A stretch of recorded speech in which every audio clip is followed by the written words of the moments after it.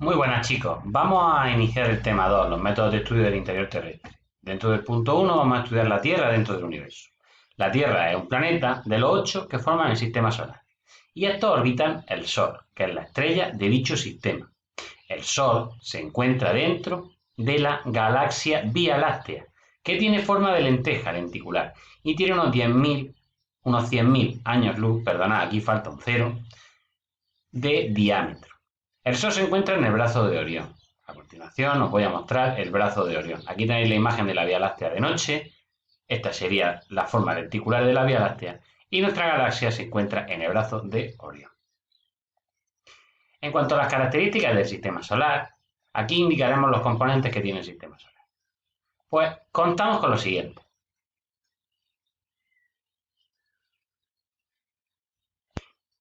8 planetas, de los cuales tenemos 4 interiores formados por materiales telúricos o materiales terrestres, silicatos sobre todo, y el núcleo metálico, Mercurio, Venus, Tierra y Marte, y 4 planetas exteriores formados por hielo y gases, con un pequeño núcleo de materiales silicatados. Luego tenemos planetas enanos como Plutón, satélites, cuerpos que orbitan los planetas como la Luna, asteroides, sobre todo los que se hallan en la órbita de Marte y Júpiter, y cometas, pequeños cuerpos situados más allá de los planetas, con órbitas muy elípticas. ¿Cuál es el origen del sistema solar? La teoría más aceptada es la teoría de los planetas y mares. Según ella, inicialmente existía una nube de gas y polvo, que hace unos 4.700 millones de años empezó a contraerse. Dicho colapso gravitatorio produjo que se creara un disco giratorio. Un disco giratorio en el que en medio se creó un protosol, una estrella joven. Después de la fase de contracción, se produce un enfriamiento y los materiales se condensan. Los materiales más densos, como el hierro y los silicatos, se condensan en la zona interna y los más volátiles en la zona externa. Los planetas se van creando por el choque de pequeños fragmentos, conocidos como planetesimales. Ese choque se conoce como acreción colisional. Poco a poco van barriendo su órbita de diferentes cuerpos y se crea el planeta. Este proceso duró millones de años, no fue rápido, ¿vale? ¿Y qué ocurrió? Pues que desprendió tanta energía que los planetas estaban en estado de fusión. ¿Qué ocurrió con los planetas gaseosos? Los planetas gaseosos no se formaron como los planetas interiores. Los planetas gaseosos se formaron como el sistema solar, de una pequeña nebulosa que sufrió se compactó por la gravedad y al final en el centro se formó el planeta y alrededor los diferentes satélites. Tenéis un vídeo sobre la teoría. En cuanto a la Tierra se originó hace 4.500 millones de años. Inicialmente estaba en estado de fusión, lo que propició la separación en capas. Los materiales más densos se fueron al centro de la Tierra, al núcleo. Los intermedios en el manto y en la corteza los silicatos. Como se fue enfriando, entonces se solidificó la corteza y permitió que no se fuera el calor interno, el cual todavía permanece hoy en día. El proceso de enfriamiento continuó y así se formó el agua, o sea, se formó la atmósfera por la liberación de gases y el vapor de agua se condensó y se formó la hidrosfera. En cuanto al origen de la Luna, la teoría más aceptada es la hipótesis de gran impacto. Según esta, un planeta del tamaño de Marte chocó contra la Tierra en formación. La colisión desprendió gran cantidad de material fundido al espacio que se quedó orbitando ambos planetas, el cual se fue enfriando y por acreción fue poco a poco agrupándose hasta conformar la Luna. Los métodos de estudio del interior terrestre. Tenemos dos tipos, los directos y los indirectos. Los directos estudian los materiales obtenidos del interior terrestre de manera física y los indirectos se basan en las propiedades geofísicas, como son los métodos geofísicos, o en el análisis de materiales que formaron el sistema solar y que han llegado a nosotros, como en el caso de los meteoritos. En los materiales directos, los métodos directos, pues tenemos las minas y sondeos. Las minas son excavaciones de la corteza terrestre para extraer minerales y rocas. Las más profundas son las de Sudáfrica, a 3,6 kilómetros. Los sondeos son perforaciones del subsuelo ¿Para qué? Pues para extraer petróleo, para prospección minera o para diferentes investigaciones. El más profundo llega a 12 kilómetros, como mucho. Estos métodos nos ayudan a conocer cómo es la corteza superficial, pero son poco significativos para conocer el interior terrestre, ya que la profundidad del interior terrestre, el radio es 6.370 kilómetros. Aquí tenemos la mina de vedas de hierro y el sondeo más grande del mundo, que lo tenéis aquí, a donde llegó, en la península de Kola, en Rusia. En cuanto a los métodos indirectos, el primero que vamos a estudiar es el estudio de los meteoritos. Los meteoritos son normalmente pequeños cuerpos que se estima que son de un planeta que no se formó. Estos cruzan la órbita terrestre y llegan a la superficie. No todos, algunos no llegan, se conoce como meteoroides, pero los que llegan se conocen como meteoritos. El estudio de estos se basa en que los meteoritos proceden de fragmentos de un planeta que no se llegó a formar. Planeta que sería el cinturón de asteroides que hay entre Marte y Júpiter.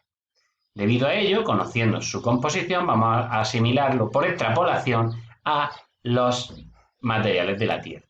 Así pues, tenemos tres tipos de meteoritos, los sideritos, compuestos sobre todo por hierro y níquel, de una densidad muy alta, muy parecida al núcleo terrestre.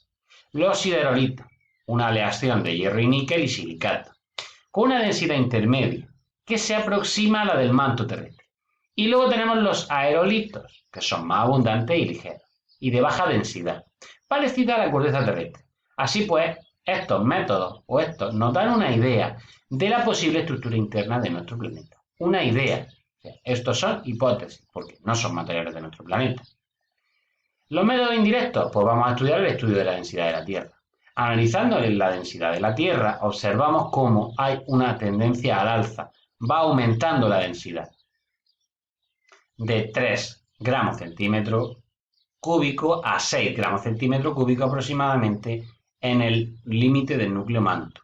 Después, en el núcleo manto asciende a 10 casi. Aquí hay un cambio drástico de la composición, claramente. Y luego sigue aumentando en el núcleo. En este método vemos cómo aumenta con la profundidad la densidad, pero no nos aporta información real sobre la composición de los materiales. Solo sabemos que aquí cambia. Luego tenemos los métodos geofísicos. Estos se basan en el estudio de determinadas magnitudes físicas, como la gravedad, el calor interno, el campo magnético, la electricidad o la onda sísmica. El método sísmico lo vamos a estudiar en el siguiente tema por la importancia que acarrea. Empezamos por los métodos magnéticos. La Tierra presenta un campo magnético. Según la teoría más aceptada, se debe a que tiene un núcleo interno sólido y un núcleo externo líquido, ambos de naturaleza metálica, lo que hace que sea una enorme dinamo en movimiento, que genere el campo magnético. ¿Para qué nos ayuda este método, que se utiliza con magnetómetros en superficie y cuya unidad de medida es el gamma? Pues se utiliza para detectar minerales ferromagnéticos, menas metálicas y rocas ígneas básicas. El método gravimétrico se basa en anomalías de la gravedad, diferencias entre el valor teórico y el real medido con gravímetros en la superficie. Con él podemos detectar la composición y la estructura de pequeñas partes de la corteza terrestre solamente. Se usa para prospecciones de interés, prospecciones es buscar materiales de interés, ya que estos, si tienen una densidad diferente, pueden tener una anomalía positiva, es decir, que la gravedad sea mayor que el valor teórico, o una anomalía negativa, que sea menor. Así podemos localizar materiales metálicos, una anomalía positiva, mayor gravedad, o domos salinos, menor gravedad. Esto es lo que podemos buscar. En cuanto al método geotérmico, observamos que a medida que descendemos en profundidad aumenta la temperatura. Hay un gradiente geotérmico, que en las primeras capas es de 3 grados por cada 100 metros. Pero esto no puede ser proporcional hasta el núcleo, porque si seguimos esto proporcionalmente, la Tierra, el núcleo llegaría a 200.000 grados centígrados, temperatura en la que estaría en estado gaseoso explosivo. Por lo tanto, el gradiente va disminuyendo, de manera que se estima que en el centro de la Tierra hay unos 6.000 grados centígrados. Con este método no obtenemos información de la naturaleza de los materiales, solamente de la temperatura en la que están. Los métodos eléctricos se basan en la opuesta a la conductividad eléctrica, es decir, a la tendencia de no transmitir la electricidad de determinados compuestos, a la resistividad. Este método se basa sobre todo para la prospección de las primeras capas de la corteza, para encontrar agua subterránea, minerales metálicos y en algunas obras de ingeniería. Luego tenemos un método que se conoce como corrientes telúricas inducidas por las perturbaciones del campo magnético, método magnetotelúrico, que nos aporta información también de la corteza y del manto superficial, pero nunca pasamos de las primeras capas del manto y no es muy estudiado, no es muy trabajado. Con esto, chicos, concluye el segundo tema. Es un tema breve y en el cual la actividad es que me busquéis un esquema de los principales métodos de estudio, ¿vale? Y que, pues, lo utilicéis buscando el fundamento del método, los usos y sus limitaciones.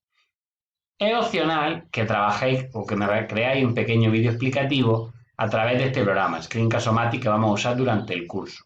Yo os recomiendo que probéis a intentar utilizarlo. Es decir, que hagáis el trabajo a través de Internet, a través de por ejemplo, de un PowerPoint o a través de un Word y que me grabéis con Screencast-O-Matic la explicación que dais y me la enviéis.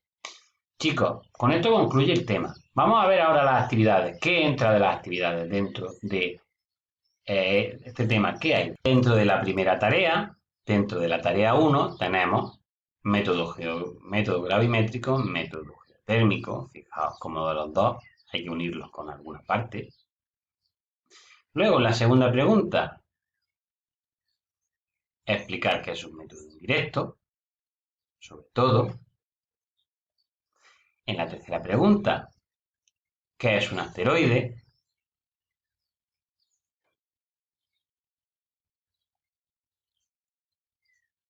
Y en la cuarta pregunta, ¿qué es una galaxia? Resumir qué es una galaxia. Me buscáis en internet qué es una galaxia. En cuanto a la segunda tarea, tenemos por aquí un informe en el cual tenéis que elaborar un pequeño escrito en el que incluyáis todas estas palabras con coherencia. Debéis de explicar qué método utilizamos para los meteoritos, qué obtenemos de información y qué son los siseritos. Este lo hacéis como vosotros veáis, es un informe que debéis crear vosotros. Aquí tenéis una imagen. Estos son los planetas exteriores.